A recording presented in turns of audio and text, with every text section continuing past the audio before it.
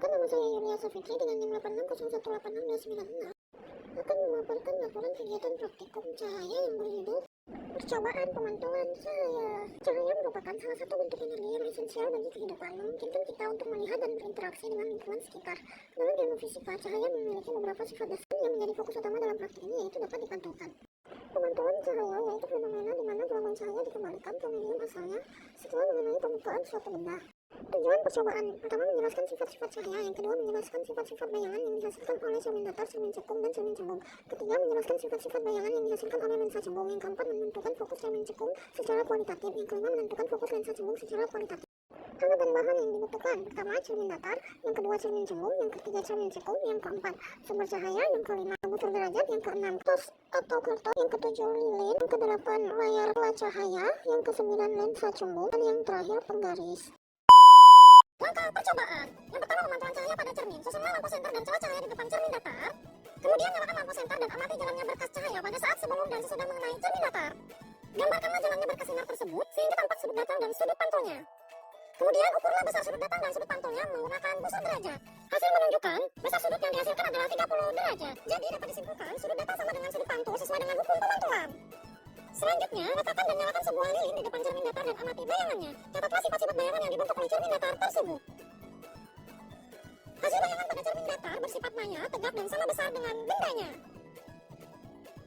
Selanjutnya, pemantauan cahaya pada cermin cembung. Susunlah alat seperti susunan alat berikut. Nyalakan lilin dan amati jalan berkas cahaya pada saat sebelum dan sesudah mengenai cermin cembung. Gambarkanlah jalannya berkas sinar. Catatlah sifat-sifat bayangan yang dibentuk oleh cermin cembung. Hasil menunjukkan cermin cembung memantulkan sinar cahaya menyebar atau diperjam, dan bayangan yang terbentuk selalu bersifat maya, tegap, dan diperkecil.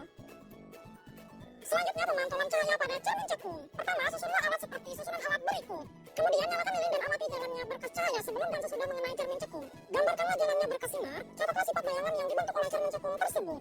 Aturlah jarak benda dan letak layar agar pada layar tersebut bayangan jelas dan tajam. Ukur jarak benda dan jarak bayangan. Hasil menunjukkan bayangan terbentuk nyata pada layar, bayangan bersifat nyata dan terbalik. Kemudian geser benda menjauhi cermin cekung. Amati pada jarak tertentu bayangan benda akan menghilang. Ukur jarak benda dari cermin cekung dan ukur jarak bayangan yang dihasilkan. Pada jarak 15 cm, panjang bayangan benda adalah 5 cm. Pada jarak 20 cm, panjang bayangan benda adalah 4 cm. Pada jarak 25 cm, panjang bayangan benda adalah 3 cm. Hasil menunjukkan semakin jauh benda dari cermin cekung, maka akan semakin kecil bayangan yang dihasilkan. Dengan kata lain, jarak benda tersebut sama dengan jarak fokus cermin cekung. Ketika bayangan menghilang, berarti bayangan berada jauh dari titik fokus cermin cekung. Berdasarkan percobaan yang telah dilakukan, dapat disimpulkan bahwa cahaya memiliki sifat dapat dipantulkan. Cermin yang berbeda menghasilkan sifat bayangan yang berbeda. Cermin datar menghasilkan bayangan maya, tegak, dan sama besar. Cermin cekung bersifat konvergen dan dapat menghasilkan bayangan terbalik maupun tegak, tergantung posisi benda. Cermin cembung bersifat divergen dan selalu menghasilkan bayangan maya yang tegak dan diperkecil. Fokus cermin cekung dan lensa cembung dapat ditentukan dengan mengamati titik terkumpulnya sinar sejajar yang dipantulkan cermin cekung atau dibiaskan lensa cembung.